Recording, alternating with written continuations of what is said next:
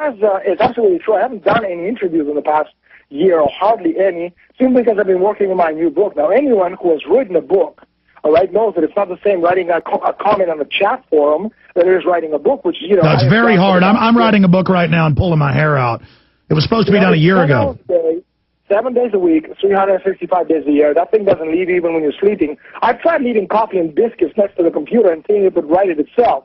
Unfortunately, it doesn't. I have to physically sit down with my little fingers start typing words and letters and sentences. Now, one of the chapters in my new book, The Shadow Masters, which we will read by Friday sometime in October, talks about Africa. Well, basically what I've done is I've uncovered how international corporations, big behemoths such as Halliburton and Company, are working hand in glove with the world, European and North American governments, the Israelis, the Russians, even the Chinese are there, of course, in Sudan, the Americans, the Canadians, the French, the English, how all of them are working, and also with all the top NGOs in the world, from Human Rights Watch to CARE to Oxfam, etc., and they have only one objective in mind. I'm talking about Sudan, that is to get rid of all the blacks living there so that they can get at the natural resources under their feet.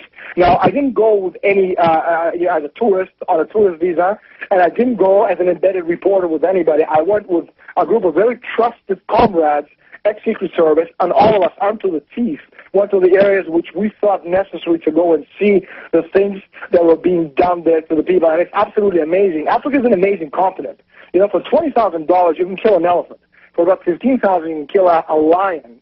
For maybe $8,000, you can kill a zebra, and for about $20, you can kill a black person. About $100, you can kill his whole family. That's Africa. And until you're there, you don't really understand it. So what I've done in this... You were telling me you've got photos so hardcore you probably can't even put them in your book?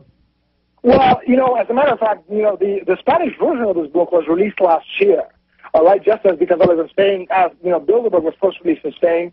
You know, this book was released in Spain. My publisher had a look at the photos. You know, they met with the lawyers and they said, we cannot do this.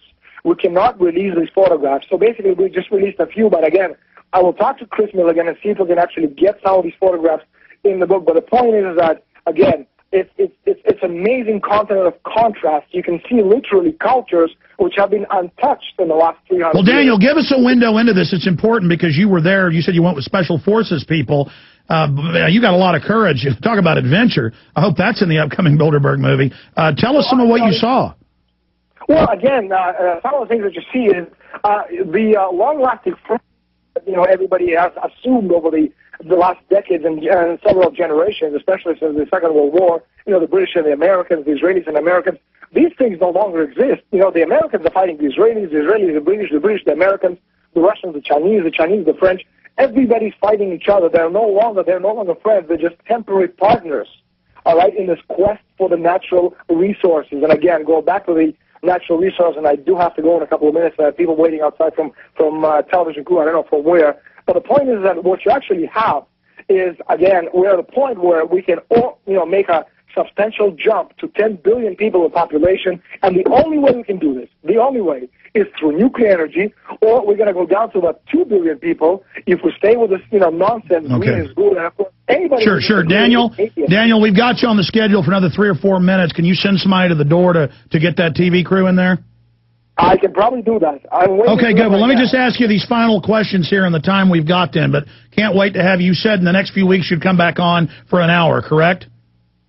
Well, you know, we'll definitely see it. It all depends on the Hollywood people, exactly what they have in mind, if there's promotion or not.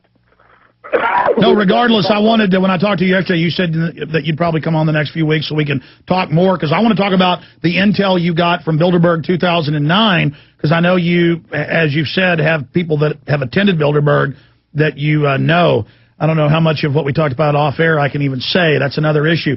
Did you see the articles about the meeting 2 weeks ago before Bilderberg, right before it, of David Rockefeller, of the Bill and Melinda Gates Foundation, of Warren Buffett, where they admit here that, you know, basically they don't want people to think they're an alternative to world government, and that the meeting was over population, that it was all about reducing world population, and that they really want to get this job done.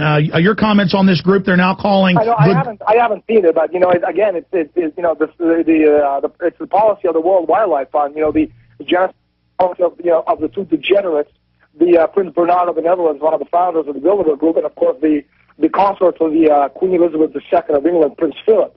Both Nazis, both degenerates, and, that's their policy. Genocide or reduce the world population, which, again, it's more or less the same policy as Greenpeace or Al Gore.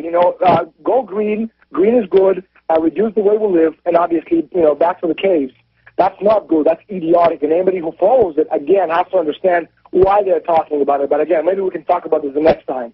Absolutely. Neo-feudalism. Shadow Masters, though, it's going to come out in the fall or winter of this year in the United States? Daniel? Yeah, it's going to come out in the fall. Very, very exciting. Just in the last minute or two, with any key information that you haven't covered that you've gotten from Bilderberg this year? Any inside intel? I'm sorry, I didn't hear anything you said. Any extra info on what happened in Bilderberg 2009? Well, actually, yes. I'm just working on my Bilderberg report right now. There's a lot of information. I have a 73-page report from these people, and I'm going very, very slowly through it. And when I have the whole thing done, what we'll do is we'll post it on my website. And that's DanielEstulin.com? Or BilderbergBook.com. All right. Well, Daniel, I appreciate your time. And, again, I'd like to get you up for a full interview in the near future. I hope the family's doing well.